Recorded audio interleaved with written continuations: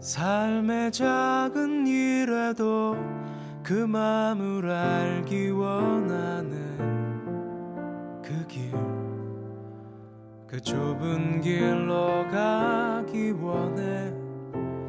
나의 작음을 알고 그분의 크심을 알며 소망. 1월 31일 주일 예배 하나님께 올려드립니다.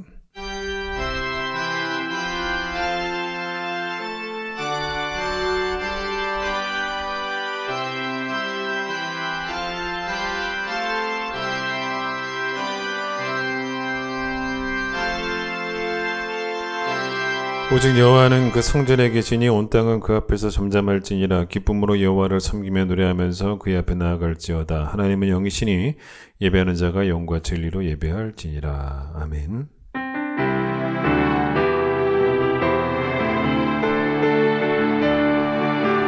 지존하신 주님 이름 앞에 모두 무릎 꿇고 다 경배.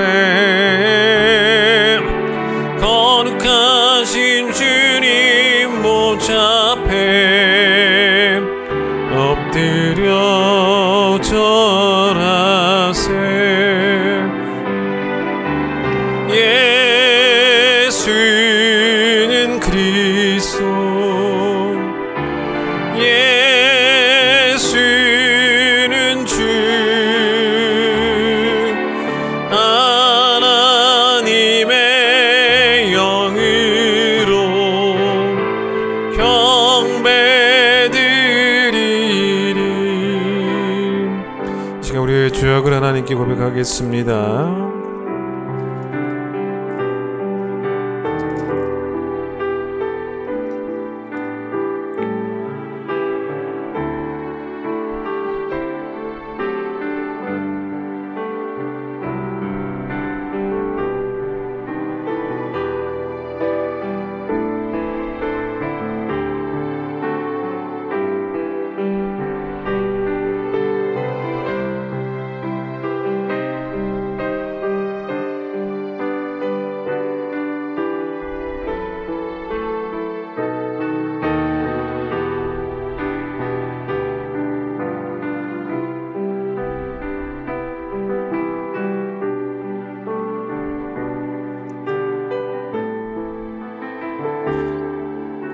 하나님이여, 주의 인자를 따라 내게 은혜를 베푸시며 주의 많은 긍휼을 따라 내 죄악을 지워주소서. 나의 죄악을 맑게 씻으시며 나의 죄를 깨끗이 제하소서. 하나님이여, 내 속에 정한 마음을 창조하시고 내 안에 정직한 영을 새롭게 하소서. 아멘. 신앙 고백하겠습니다. 나는 전능하신 아버지 하나님, 천지의 창조주를 믿습니다.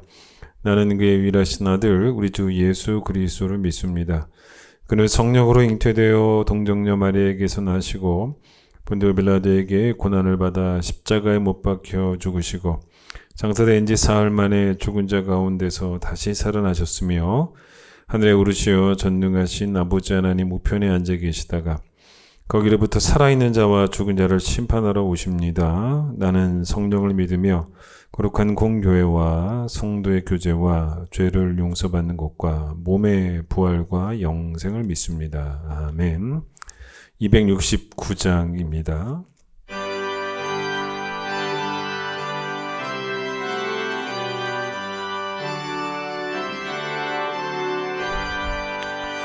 그 참혹한 십자가에 주 달려 흘린 피 샘물같이 느를러서 죄 씻어 주시네. 값 없어도 다 나와서 내 죄를 고하면 흰 눈보다 더 이도록 참 성결 얻으리. 나 믿노라 나 믿노라 그 보혈 공로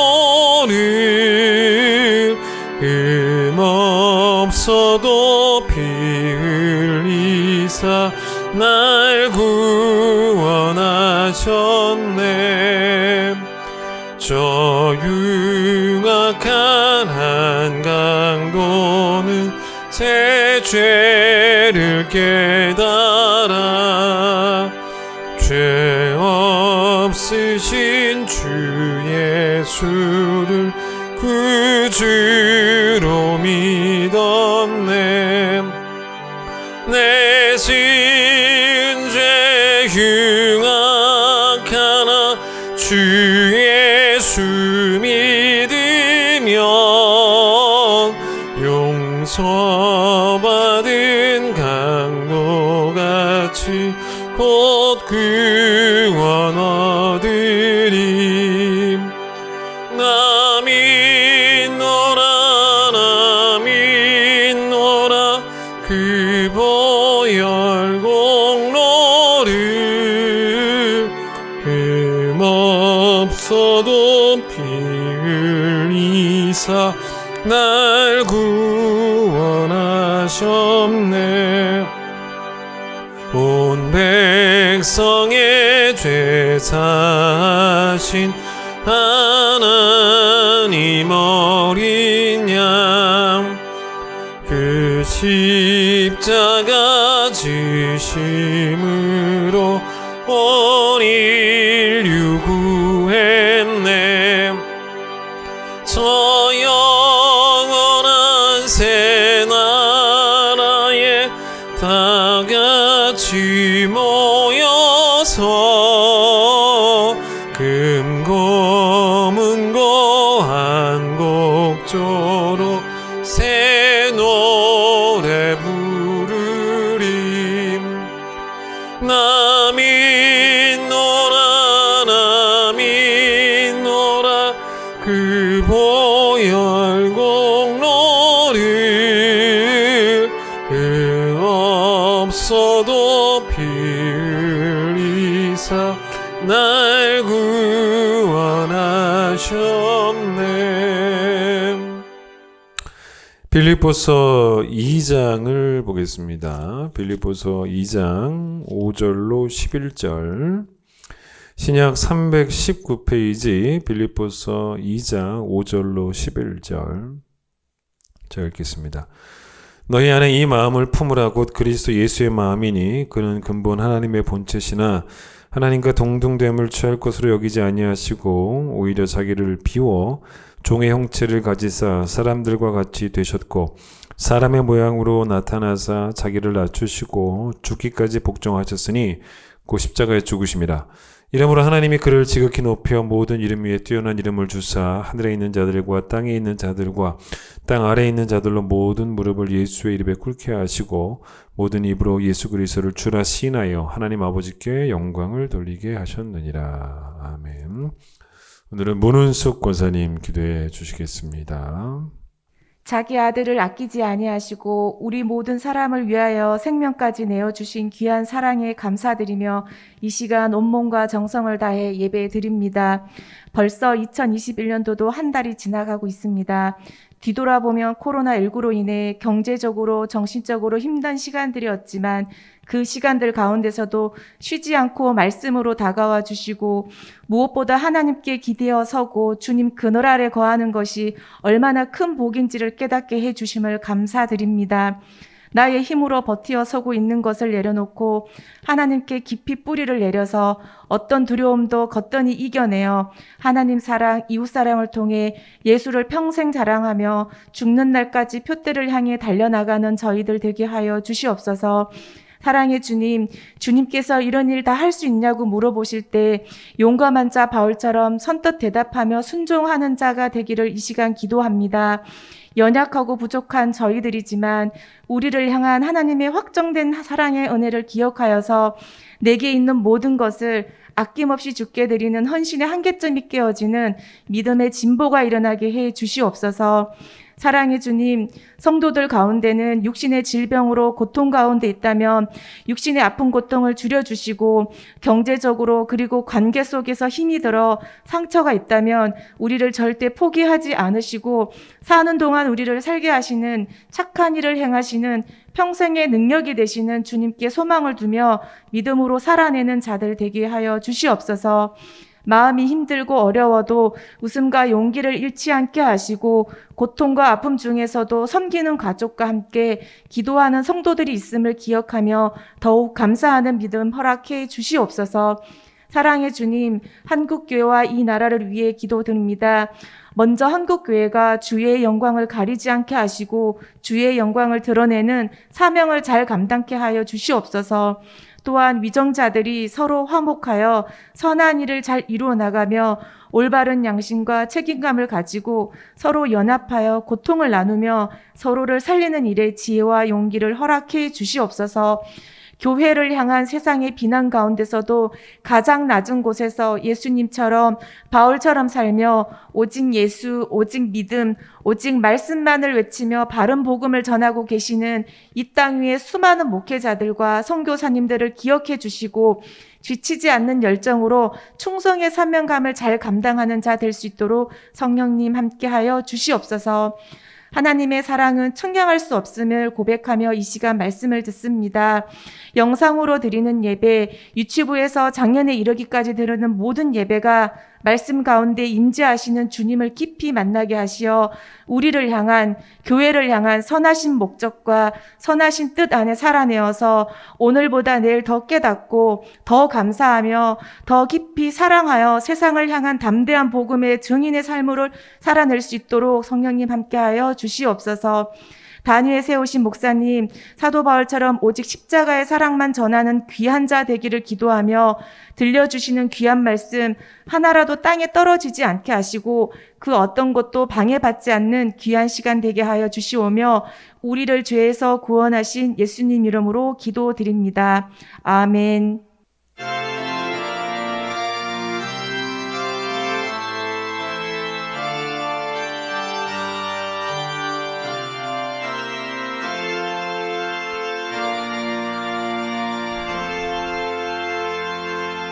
봉헌하겠습니다.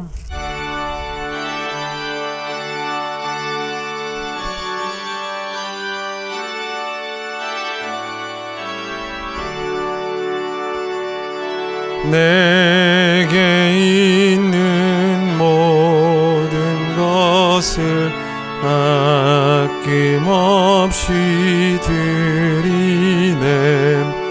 사랑하고 의지하며 주만 따라 살리라. 주께 드리네. 주께 드리네. 사랑하는 구주 앞에 모두 드리네. 아멘. 거룩한 주일 하나님을 예배하는 날 감사함으로 또 찬송함으로 주의 전으로 나왔습니다. 하나님의 임재 앞으로 나왔습니다. 우리 예배를 하나님께서 받아주시기를 간절히 소망합니다. 우리가 하나님께 모든 것 다 받았습니다. 받았기에 또 우리가 하나님께 돌려드리는 믿음 허락하여 주셔서 움켜잡고 있지 말게 하여 주시고 아무것도 아끼지 않게 하여 주시고 하나님께 내 모든 것을 포기하며 드릴 수 있는 그 믿음이 우리 믿음이 될 수 있도록 주님 도와주셔서 그 은혜에 보답할 길 없지만 우리의 삶이 하나님께 늘 드리는 헌신의 삶이 되어질 수 있도록 축복하여 주시옵소서. 주님께 귀한 힘을 드렸습니다. 온라인으로 드린 10의 1조 하나님 받아주시고 선교를 위한 헌금, 구제를 위한 헌금 받아주시고 감사하는 마음의 제사를 받아주시며 또 주정헌금도 받아주시고 하나님 영광 되는 귀한, 하나님께 영광 돌리는 귀한 예물 되기를 소망하며 예수님 이름으로 기도드립니다. 아멘. 교회 소식을 전하겠습니다. 계속 일단은 10% 우리가 예배당에 모일 수 있을 때까지는 좀 부득불 신청을 받겠습니다. 여러분 신청해 주셔서 참여해 주시고 또 그렇지 못하신 분들은 또 가정에서 예배를 잘 드려주시기 바랍니다. 지난주에 재직회미 공동회를 우리가 열었고 또 그 재직회와 공동회에서 통과된 안건 중에 하나가 뭐냐면 코로나로 인해서 생활이 어려운 우리 교인들을 생활비를 지원하는 그 재정이 통과가 됐습니다. 이제 이건 어떤 것이냐면요. 우리가 물론 이제 주변에 있는 우리 교인 말고도 이제 어려운 분들을 우리 교회가 꾸준히 돕고 있죠. 그러나 이번 건은 특별 재정입니다. 우리 교인들을 돕기 위한 특별 재정인데 각 가정 가운데 코로나 때문에 뭐 실직을 하셨다거나 아니면 코로나 때문에 뭐 자영업자인데 뭐 손님이 하나도 없어서 어려우신 분들, 월세 내고 나면은 뭐 남는 것도 없고, 그래서 정말로 이 생계가 위협이 될 정도로 그런 어려운 분들이 만약에 우리 교회에 계시면 또 교회가 그런 분들을 돕는 것도 당연한 것이니까 신청을 좀 해주시기를 바랍니다. 2주 동안 신청을 받도록 하겠습니다. 신청을 어떻게 하시냐면 교회 오시는 분들은 교회 로비에 신청서가 있으니까 작성해서 뒤에 있는 헌금함에 넣어주시면 되고요. 교회 오시지 못하는 분들은 저나 구제부장에게 여러분 더 보내기 편한 분한테 보내십시오. 여러분의 상황들을 좀 설명하셔서 좀 생계가 되게 위협을 받습니다. 그렇게 또 코로나 때문에 어려워진 그런 가정들은 전화 또는 신현식 구제부장님에게 이메일을 보내주시면 되겠습니다. 오늘 주보에 이메일 주소가 이제 들어가 있고요. 그리고 이거는 우리가 익명성을 보장합니다. 그 저하고 구제부장만 서로 알게 됩니다. 그래서 함께 우리가 논의해서 지급을 할 예정이니까요. 이번 주부터 해서 2주 동안 신청을 받겠습니다. 여러분 신청에 필요하신 분들은 신청해 주시길 바랍니다. 오늘 특수는 최아연 자매, 최예진 자매, 박혜신 자매 특순 있도록 하겠습니다.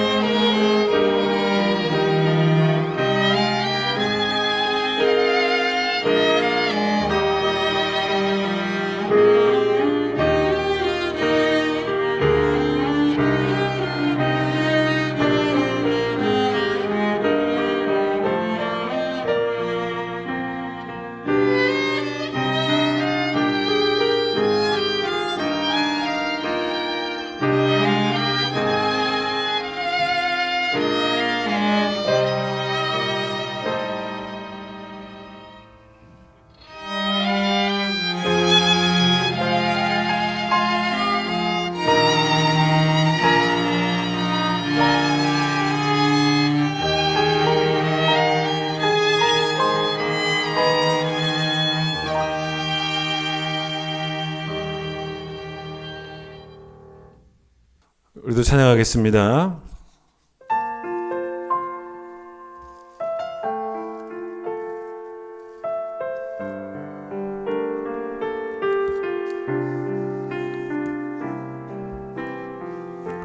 삶의 작은 일에도 그 마음을 알기 원하네. 그 길, 그 좁은 길로 가기 원해. 나의 작음을 알고 그분의 크심을 알며 소망 그 깊은 길로 가기 원하네.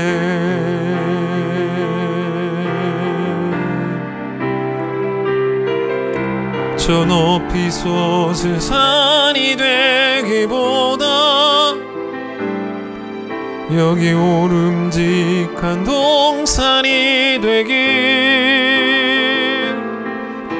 내가 가는 길만 비추기보다는 누군가의 길을 비춰준다면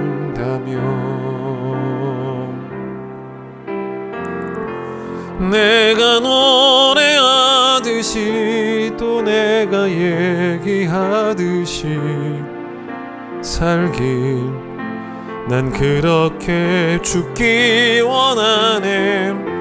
삶의 한 절이라도 그분을 닮기 원하네. 사랑 그 깊은 길로 가기 원하네. 참된 신앙은요, 높이를 추구하는 신앙이 아니고 깊이를 추구하는 신앙입니다. 오늘 말하고자 하는 이 높이는 세상 사람들에게는 뭐겠습니까? 뭐 부나 명예 이런 거겠죠.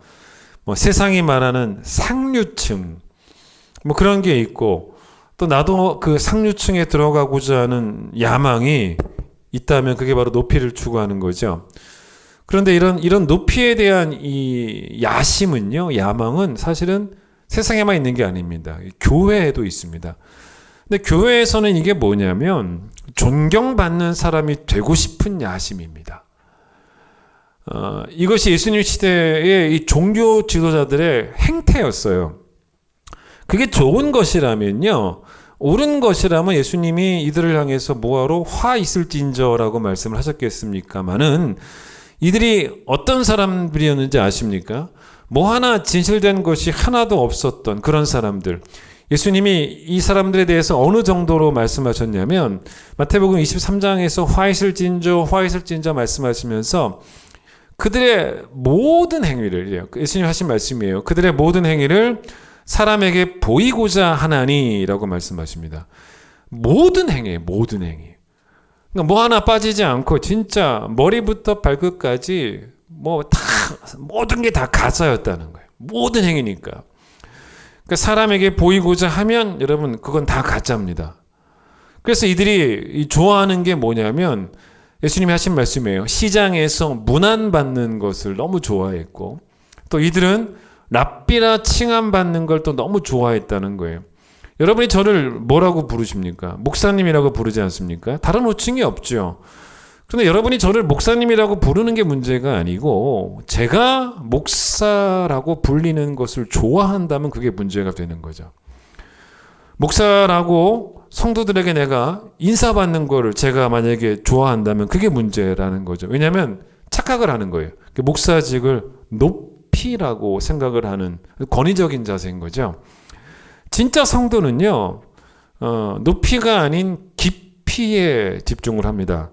이 사람들 사이에서 높아지기를, 또 사람들 사이에서 존경받기를 바라는 게 아니에요. 하나님 앞에서 깊어지기를 바라는 그런 사람이 사실은 진짜인 거죠. 잠언 27장 2절에 어떤 말씀이 나오냐면 들어보세요. 타인이 너를 칭찬하게 하고 너의 입으로는 하지 말며 외인이 너를 칭찬하게 하고 너의 입술로는 하지 말지니라. 남이 나를 칭찬할 수는 있어도 내가 내 입으로 나를 칭찬하지는 말라는 거예요. 왜 다른 사람 앞에서 내가 스스로 나를 칭찬을 하냐는 것입니다. 그 이유는 뻔하죠. 그게 바로 뭐냐면 높아지고 싶어서예요. 정치인들이 나와서 뭐해요? 자화자찬을 하지 않습니까? 자화자찬이라는 말이 문자적으로 어떤 뜻이냐면 화가 그림할 때 화입니다.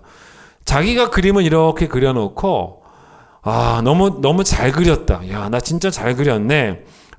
남이 잘 그렸다고 칭찬해 주는 게 아니고 내가 남들한테 보여주면서 나 진짜 잘 그리지 않았냐? 이게 자화자찬입니다. 그러니까 사람의 칭찬이 아주 자기에게 중요한 사람이라면 그런 사람은 칭찬받기 위해서라도 자화자찬도 서슴지 않습니다. 그러나 진짜 하나님 앞에서의 깊이가 중요한 사람은 그냥 다른 거 없어요. 지금보다 더 깊어지고 싶어 해요. 그게 다입니다.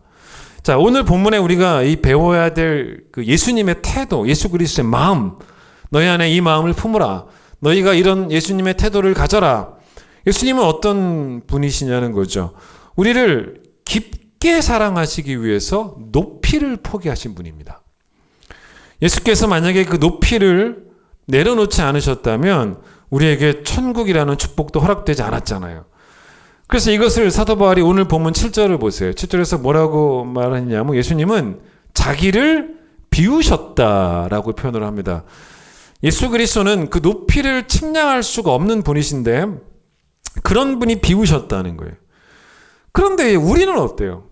우리는 있는 것도 없는데 있는 척합니다.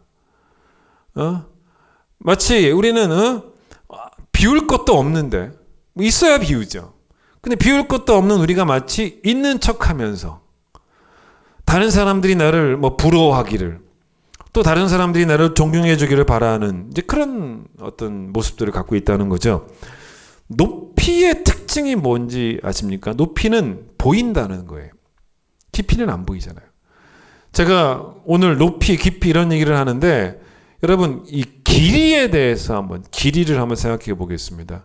인생의 길이라는 것을 우리가 어떻게 말할 수도 있냐면 우리의 수명이 길이죠. 길입니다. 근데 우리가 우리의 수명을 어떻게 우리가 할 수 있어요? 우리는 아무것도 할 수가 없어요. 우리가 더 살고 싶다고 내가 내 수명을 늘릴 수 있는 것도 아니고 말입니다.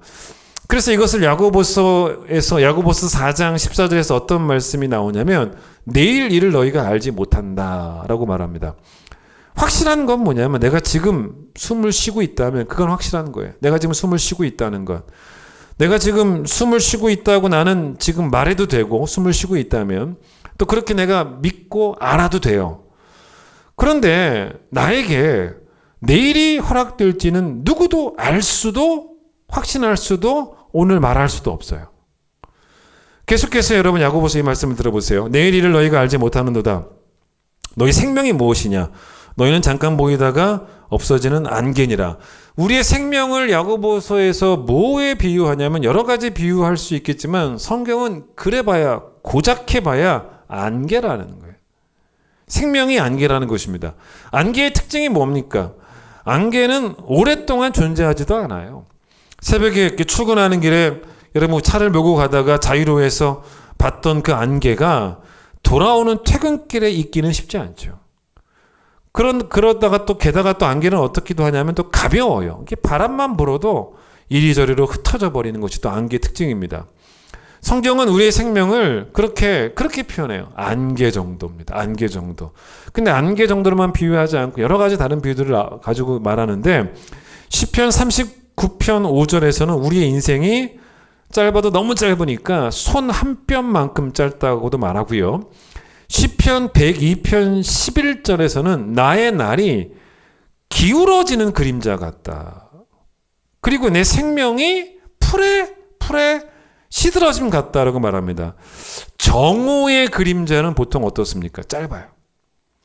그런데 이제 해가 이렇게 점점 지면서 내가 서 있는 자리에서 그림자가 점점 길어집니다. 그러나 여러분 그 그림자가 길어진다고 해서 그 그림자는 실제는 아니죠. 허상이죠. 근데 그 허상마저도 해가 지면 또 그냥 싹 사라져요. 그림자가 없어져 버립니다. 우리 인생이 그렇다는 거예요. 짧기도 하지만 그림자처럼 되게 약한 인생이라는 것입니다.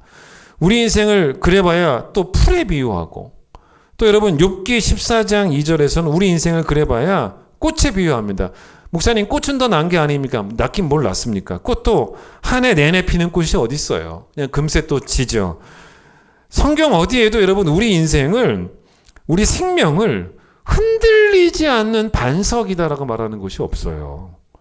예전에 제가 어떤 이야기를 좀 들은 적이 있냐면, 그 19세기 그 후반에 유럽에서는요, 이런 게 있었다고 하더라고요.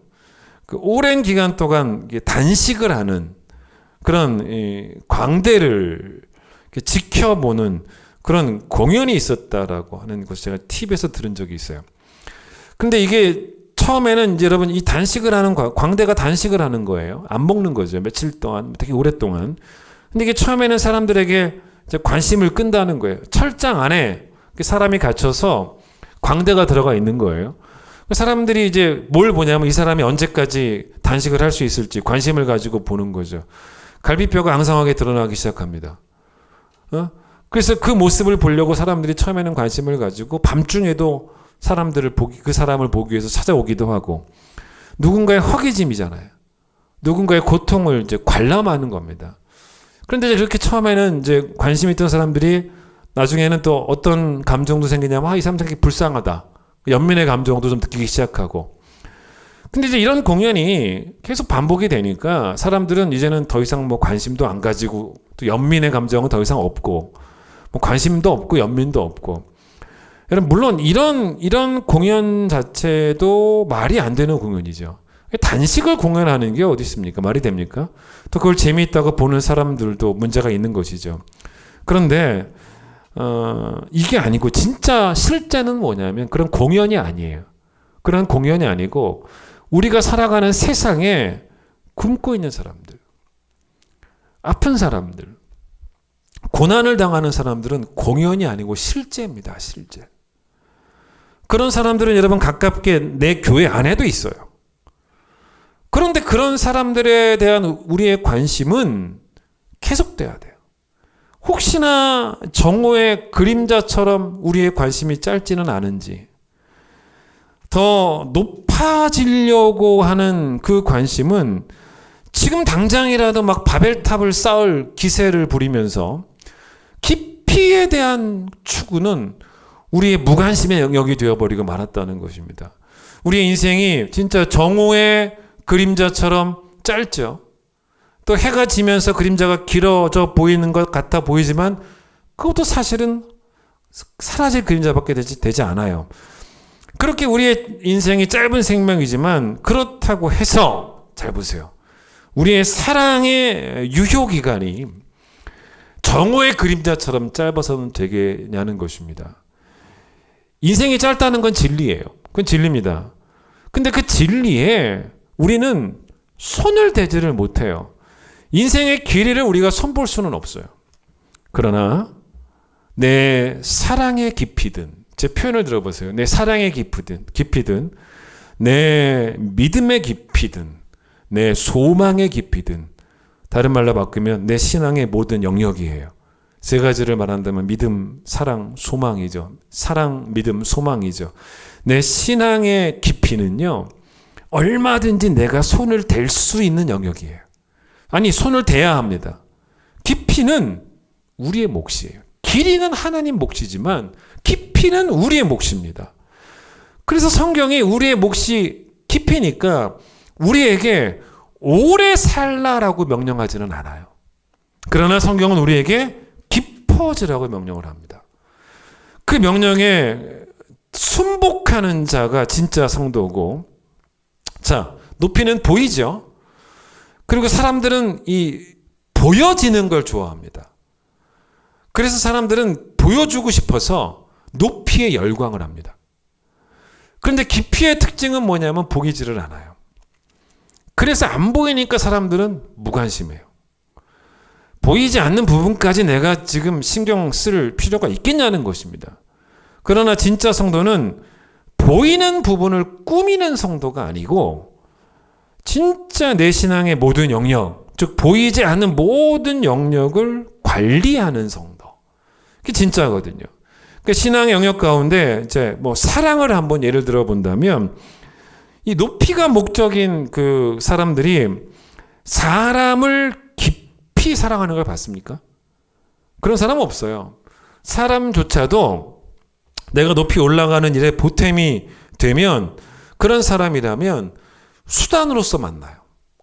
그 사람이 목적도 아니고 그 사람이 그냥 수단입니다. 사람의 존재 자체를 귀하게 보지 않아요. 그냥 수단입니다. 그렇지 사람을 사랑하는 것 자체가 목적이 아닙니다. 여러분 그런데 깊이가 목적인 사람들은 사람을 사랑하는 그것 자체가 목표예요. 그래서 이런 사람들은 진짜 순수한 사람들 아니겠습니까? 고린도전서 16장 14절에 바울이 뭐라고 말했냐면 너희의 모든 일을 그 다음 뭐라고 말한 줄 아세요? 사랑으로 행하라 라고 말을 합니다. 이 말씀을 가장 가만 생각해 보면요. 이게 무슨 말인지 아세요? 모든 일을 내게 어떤 일을 하나님께서 맡기셨든지 간에 그 모든 일을 완벽하게 잘하는 게 우리 신앙의 목적은 아니라는 거예요. 뭐가 목적인지 아십니까? 사랑이 목적이라는 거예요. 사랑이. 설교를 제가 뭐 잘하면 좋겠지만 설교 잘 못한다고 해서 그게 큰 문제가 될 건 아니라는 거죠. 사랑하지 않는 목사는 문제가 된다는 거예요. 지난주에 제가 교회 학교에서 율동을 가르치는 어떤 우리 교인 선생님과 이렇게 톡을 했어요. 근데 그분이 이제 뭐라고 톡에서 말씀하시냐면 이제 본인이 지금 40대지만 50이 되려면 이제 2년 남으셨다는 거예요. 그래서 자기가 2년을 더 할 수 있다라는 각오로 임하고 있다는 거예요.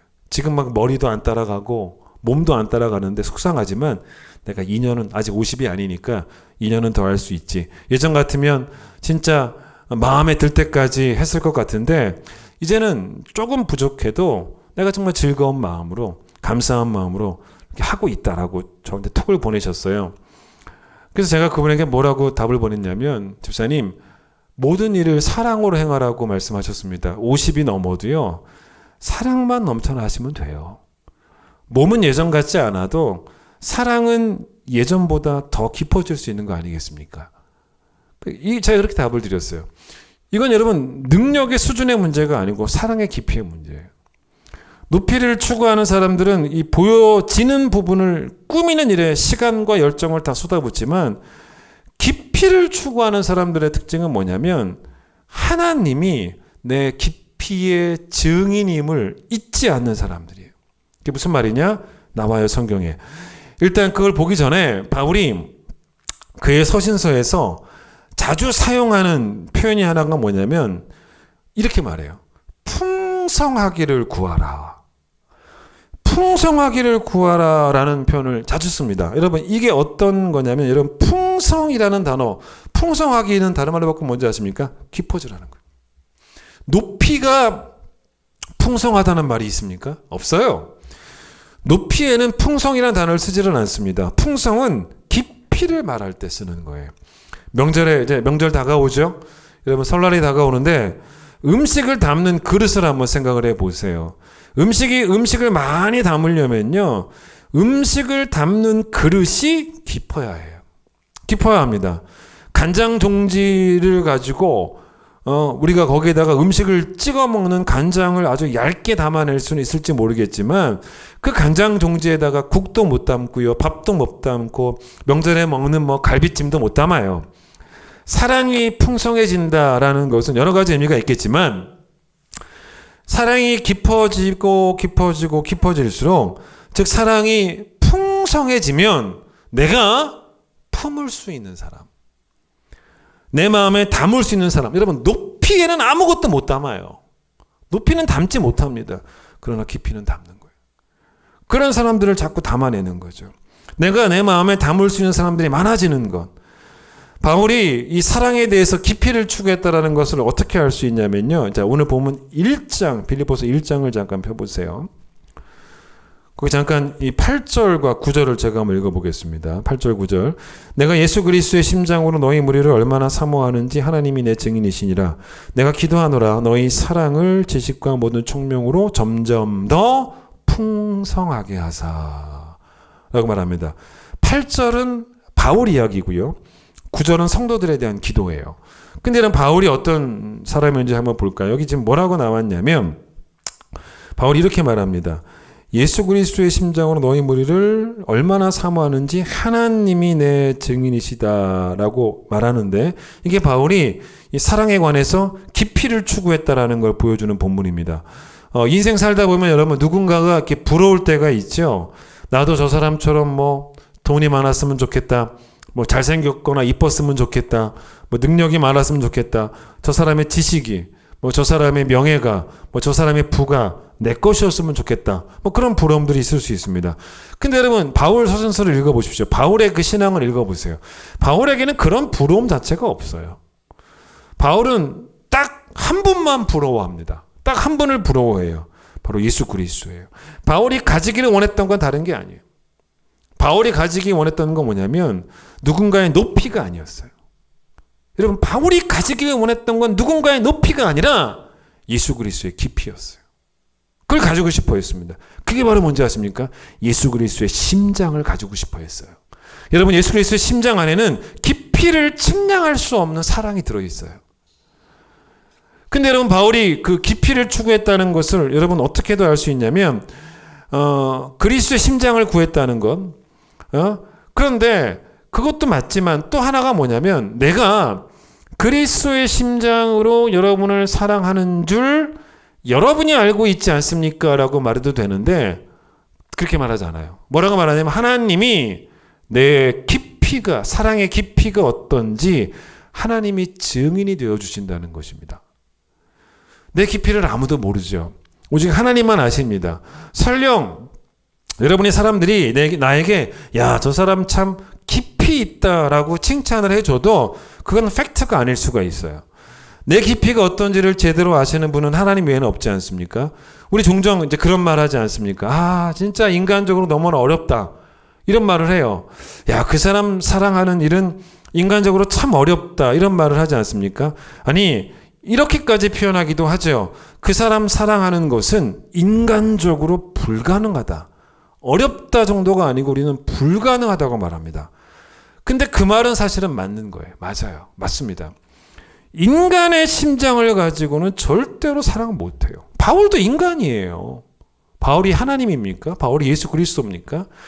그래서 바울이 뭘 원했냐면 자기는 못하는 걸 아니까 심장 자체가 다 바뀌어버리는 영적 대수술을 원했던 거예요. 그게 바로 뭐냐면 갈라디아서 2장 20절이에요. 이제는 내가 사는 게 아니라는 거예요. 내 안에 예수께서 사신다.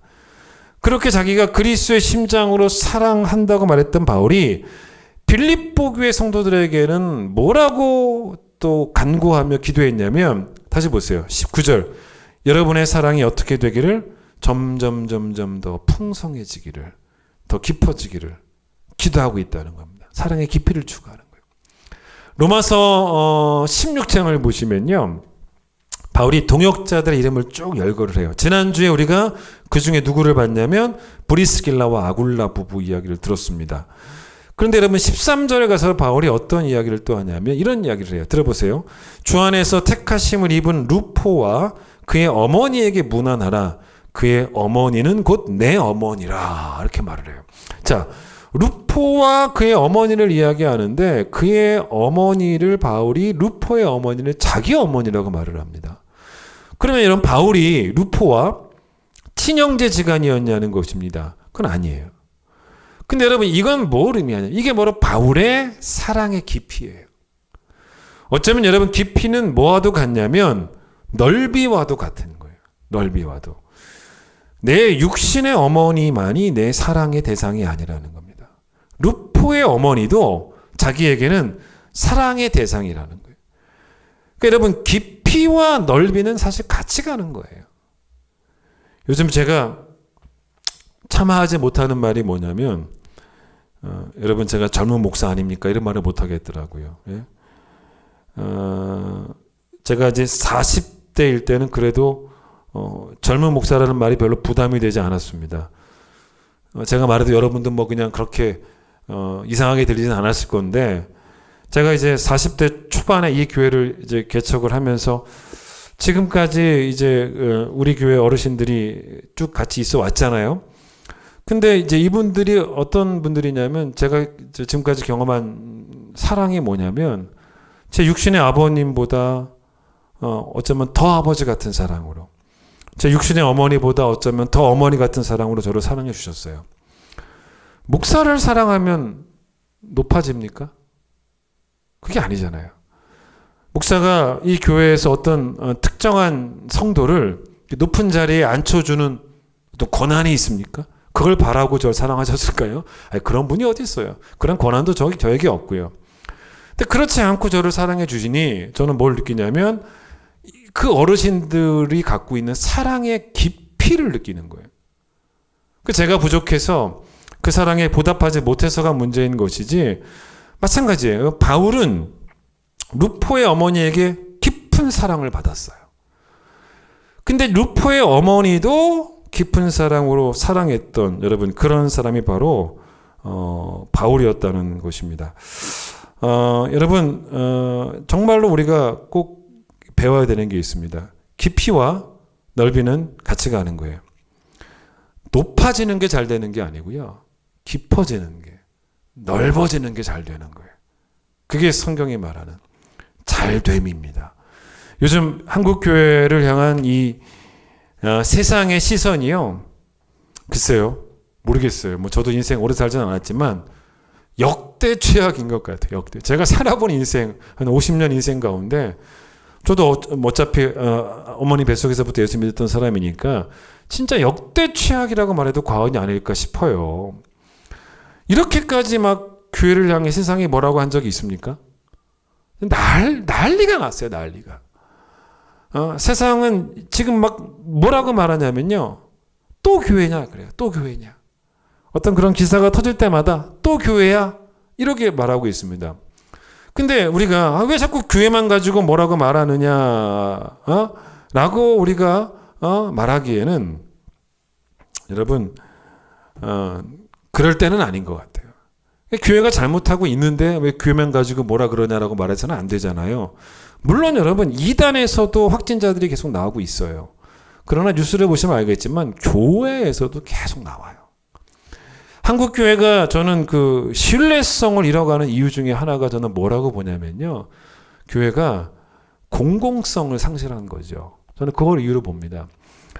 불신자들에게 교회와 성도들이 좋게 보이기 위해서는요, 물론 교회가 전하는 복음이 좋게 들리고 좋게 보이고 그래 기도해야겠지만, 그보다 더 중요한 게 차라리 뭐냐면, 불신자들에게 더 중요한 게 뭐냐면, 그게 불신자들에게 접근하는 방법이에요.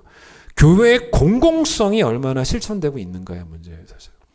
그걸 보고 불신자들은 교회에 대한, 또한 성도들에 대한 판단을 하게 됩니다. 세상이 만약에 여러분 기독교를 박해를 하잖아요.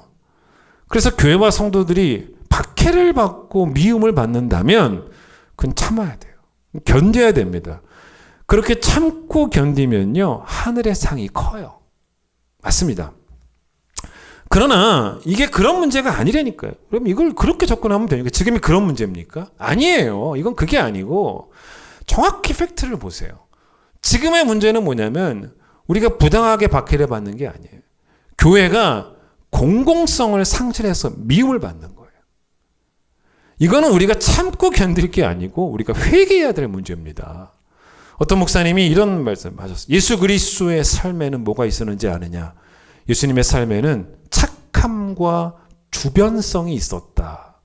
복음에는 뭐가 들어있는지 아느냐? 복음의 요소 가운데는 착함과 주변성이 있다. 한국 교회가, 여러분 한번 물어봅시다. 우리 한국 교회가 과연 지금 이 시대에, 이 코로나 시대에 세상을 향해 착한 교회가 되고 있습니까? 우리가 착한가요? 과연 한국 교회가 교회 우리 공동체뿐만 아니라 주변도 돌보는 교회가 되고 있냐는 거예요. 우리 한국 교회 지금 착함이 있습니까? 주변성이 있어요. 몇몇 교회만 그런 것이다라고 말하기에는 큰 기쁨 교회도 한국 교회 중에 하나입니다. 세상 사람들이 언제 그래 그 교회만 문제 있다라고 말합니까? 한국 교회 전체를 말합니다. 따라서 한국 교회 전체가 다시 한번 교회의 공공성이 어떤지를 점검할 기회를 삼아야 되는 게 맞아요. 여러분, 공공성이라는 말이 어떤 의미냐면 모두 다 행복하게 사는 세상을 만들어가기 위해서 교회도 사회적 책임이 있다는 거예요. 그게 공공성이에요. 물론 여러분 보세요. 모두 다 행복하려면 모두에게 반드시 복음이 필요해요. 그게 우리 전략이에요. 맞아요. 그게 정확한 전략입니다. 그래서 교회는 땅끝까지 타협하지 말고 진리를 타협하지 말고 복음을 전해야 되는 사명을 감당하는 게 맞습니다. 그런데 여러분 공공성에는요. 세상에 있는 타자들, 세상에 있는 다른 사람들을 배려하는 태도가 반드시 포함되어 있어야 돼요. 단 한 번도 만나본 적이 없는 코로나라고 하는 엄청난 고난의 시간을 대한민국 전 국민이 겪고 있습니다. 자영업자들에게 9시에 문을 닫으라고 해요. 그분들에게는 그게 죽으라는 소리로 들릴 거예요. 그래도 남을 배려해서 한국을 사랑해서 문을 닫는 착함이 자영업자들에게 있어요. 주변을 돌아보는 착함이 자영업자들에게 있습니다. 그런데 교회는요, 아무리 정부가 모이지 말라고 해도 종교의 자유를 자꾸 꺼내들어 이야기합니다. 모여요. 여러분 그 사이에 세상만 교회에 실망하는 게 아니에요. 교회 안에서도 교회에 실망해서 교회를 떠나는 성도들이 생겨요. 그걸 아셔야 돼요. 예배에 목숨 걸어야 된다고 말하면서 계속해서 대면 예배를 고집하고 그리고 나서 세상에 나가서 예수 믿으라고 우리 교회에 나오라고 전도하면 세상이 뭐라고 말하는지 아십니까? 당신네들은 착하지 않아요 라고 말을 해요. 착하지 않습니다. 당신네들이 우리보다도 안 착한데 내가 예수를 믿겠습니까? 그렇게 말합니다. 우리는 예배를 드리는 일에 탁월해야죠. 그런데 그렇게만 되면 안 돼요. 예수님께서 산상수훈에서 우리가 어떤 존재가 되어야 된다, 교회가 어떤 존재가 되어야 된다, 세상의 빛도 되고 소금도 되라고 말씀하셨을 때 그 빛과 소금은 예수님이 정확하게 말씀하세요. 우리의 착한 행실이라고. 착해야 된다는 거예요. 교회는 어떤 경우에도 우리끼리 모여서 예배 드리는 일만 잘하면 되는 그런 공동체는 아닙니다. 세상에 대해서도 착해야 된다니까요.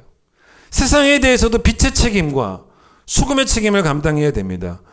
예수님은 뭐라고 말씀하신 거냐면 산상수훈에서 우리에게 착한 행실이 세상보다 탁월할 때 세상이 우리와 우리의 하나님을 찬양하는 기적이 일어나게 될 거라고 말씀하셨단 말입니다. 이번 코로나 사태는 어쩌면 우리 모두에게는요 어떤 기회였냐면 복음 전파의 기회가 될 수가 있었어요.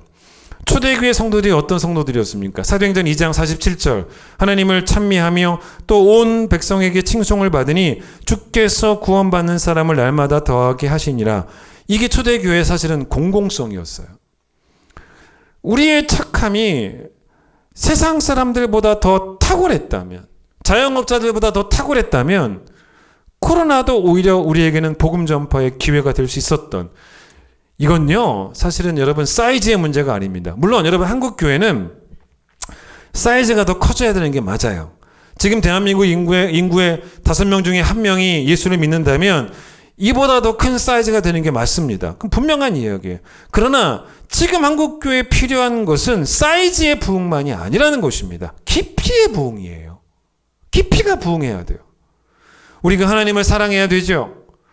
우리가 또 성도도 사랑해야 되죠.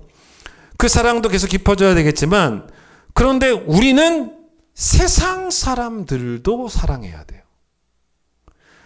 세상 사람들을 향한 사랑도 그리고 이 세상 사람들을 다 포함한 대한민국을 향한 사랑도 내 조국을 향한 사랑도 깊어져야 돼요. 세상이 우리가 예수의 제자인 것을 알게 되는 것은 우리끼리만 사랑할 때가 아니고 우리가 세상을 섬길 때예요. 섬길 때. 유대인들이 안식일에 아무것도 안 할 때 아무것도 안 해요. 그게 그들의 신앙이었어요. 근데 예수님은 안식일에도 착함으로 주변을 섬기셨습니다. 병자를 돌보셨어요. 코로나로 온 국민이 고통을 받는데 왜 교회가 나 몰라라 하고, 그게 과연 교회의 존재 이유일까요? 세상이 고통을 받든 말든 간에 우리는 모여서 예배하겠다. 여러분 잠시 예배의 장소를 교회가 아닌 각자의 가정으로 옮기는 것이 하나님 앞에서 큰 죄가 될까요? 주일인데도 예배하지 않는 게 죄죠. 우리가 예배 안 합니까? 예배하잖아요. 우리는 각자의 가정에서 예배하지 않습니까? 교회의 종탑이 점점 높아서만 가는 게 좋은 게 아닙니다. 교회의 탁월함이, 착함의 탁월함이 깊어지는 게 중요한 거예요. 그게 교회예요. 제가 우리 신앙의 영역을 굳이 여러 가지로 정리할 수 있지만 그냥 간단하게 사랑과 믿음과 소망으로 좀 접근해 보려고 그래요. 지금까지는 제가 사랑에 관한 말씀을 드린 거예요. 믿음은 뭐겠냐는 거죠. 믿음과 소망은 짧게 얘기하고 마칠게요. 믿음은 뭐겠습니까? 믿음도 물론 접근을 다양하게 할 수 있지만은 제가 오늘은 사랑을 많이 얘기했지만 행함이 없는 믿음은 죽은 믿음이라고 했습니다. 그렇죠? 야고보서에서 그러니까 여러분 급한 건 높아지는 게 아니에요. 급한 건 순종하는 거예요. 빨리 높아지는 게 중요한 게 아니고 빨리 순종하는 게, 순종이 빨라지기만 하면 안 돼요. 그 순종이 정확해져야 돼요. 정확한 순종. 비슷하게 순종하는 게 아니라 정확하게 순종하는 것. 그 속도와 정확성이 깊어지는 것. 그게 믿음의 깊이예요. 마지막으로 소망이 풍성해지는 것. 여러분, 소망이 깊어지는 것은 뭘 의미하겠습니까? 초대교회 성도들이 소망이 깊었다는 것을 고백했던 한 단어가 있어요. 한 표현이. 그게 뭔지 아십니까? 마라나타예요. 마라나타. 아멘. 주 예수여 어서 오시옵소서. 물론 이 고백은 이 세상에 고난도 많고 박해도 많지만 현재의 고난과 비교할 수 없는 장차올 영광을 기다리는 성도들의 고백이기도 했습니다마는 꼭 그런 의미만 있는 건 아닙니다. 이게 두 번째 믿음의 깊이와 연결이 되는 것입니다. 온전한 순종. 믿음의 깊이죠. 여러분, 온전한 순종은 다시 오실 주님을 만날 가장 적합한 준비예요. 무슨 말이냐? 심판하러 오실 예수님이 재림 예수죠. 재림하실 예수님을 만날 준비는 내 거룩함의 깊이가 더 깊어져 가는 거예요. 공부하지 않은 학생이 여러분 빨리 기말고사가 왔으면 좋겠다. 그래서 기말고사야 어서 와라. 어서 속히 오시옵소서. 그런 아이가 어디 있습니까? 그러지 않습니다. 마찬가지예요. 순종이 깊어지지 않으면 소망도 깊어질 수가 없는 거예요. 순종이 깊어지지 않은 사람이 아멘 주 예수여 어서 오시옵소서라고 말할 수 있겠습니까? 그러니 여러분, 믿음이 깊어지면 소망도 깊어지는 거예요. 말씀을 정리합니다. 여러분, 이 깊이를 구하는 신앙에는 뭐가 있는지 아세요? 자유함이 있습니다. 높이를 구하는 사람들은 늘 불안해합니다. 왜냐? 그 높이가요 늘 바뀌어요. 바뀔 수 있습니다. 부와 명예도 바뀔 수 있고요. 교회에서도 마찬가지예요. 여러분, 교회에서 사람들의 그 존경이 나에게서 다른 사람으로 넘어가는 건 쉬워요. 아주 쉽습니다. 그러나 여러분, 깊이를 구하는 성도는 누구보다 더라는 목표를 가지지 않습니다. 깊이를 추구하는 사람들은요, 하나님이 내 깊이의 증인 되신다 라는 걸 분명히 알기 때문에 그 진리 앞에서 경쟁심으로부터 자유해지고요, 사람의 시선도 중요하지 않게 되어지고, 그래서 결국 오늘도 묵묵히 그냥 내가 걸어가야 할 길에만 집중을 하게 됩니다. 높이 때문에 남의 시선에 메인바 되는 것은 악한 일입니다. 그리고 그거는 나를 괴롭혀요. 내 스스로를 괴롭힙니다. 나를 불행하게 만들어요. 그러나 깊이 때문에 하나님의 시선에 메인바 되는 것은 선한 일이고 하나님을 기쁘시게 하는 일이고, 여러분, 이거를 성경은 다른 표현으로 뭐라고 하는 것인지 아십니까? 이게 바로 뭐냐면 하나님과 동행하는 거예요. 그런 성도가 되셔야 됩니다. 찬양하겠습니다.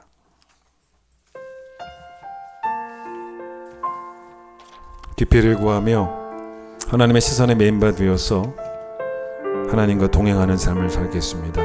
깊은 길로. 삶의 작은 일에도 그 마음을 알기 원하네. 그 길, 그 좁은 길로 가기 원해. 나의 작음을 알고 그분의 크심을 알며 소망, 그 깊은 길로 가기 원하네. 삶의 작은 일에도 그 마음을 알기 원하네. 삶의 작은 일에도 그 마음을 알기 원하네. 예수의 마음을 그 좁은 길로 가기 원해. 나의 작음을 알고 그분의 크심을 알며 소망 그 깊은 길로 가기 원하네.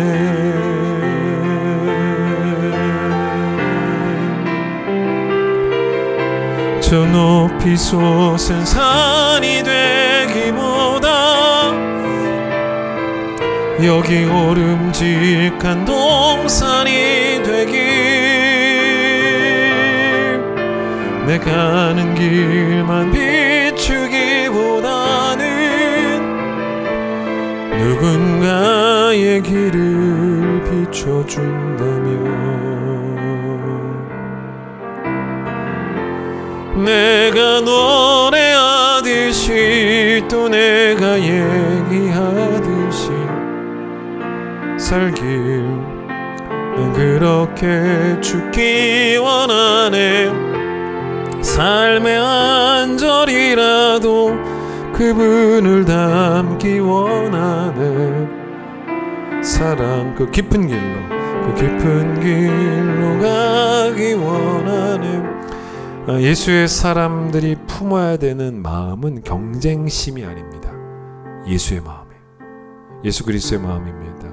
높이를 내려놓으시고 자기를 비우셨던 오늘 방송으로 예배드리신 여러분들 같이 옆에 가족이 예배드리고 있으면 한번 이렇게 얘기해 줄까요? 깊어지세요 라고 얘기해 주세요. 깊어지세요. 풍성해지세요 라고. 아무도 없어요. 혼자 예배드리세요. 그럼 나한테 말씀해 주세요. 깊어지자. 한번 해보세요. 깊어지자. 풍성해지자. 다시 한번 찬양합니다. 삶의 작은 일에도 예수의 마음을 꼭 배우기 원합니다. 삶의 작은 일에도 그 마음을 알기 원하네. 그 좁은 길로 가기 원해. 나의 작음을 알고 그분의 크심을 알며 소망 그 깊은 길로 가기 원하네. 저 높이 손이 솟은 산이 되기보다는 여기 오름직한 낮은 동산 되기 원합니다. 저 높이 솟은 산이 되기보다 여기 오름직한 동산이 되길. 내가 가는 길만 비추기보다는 누군가의 길을 비춰준다면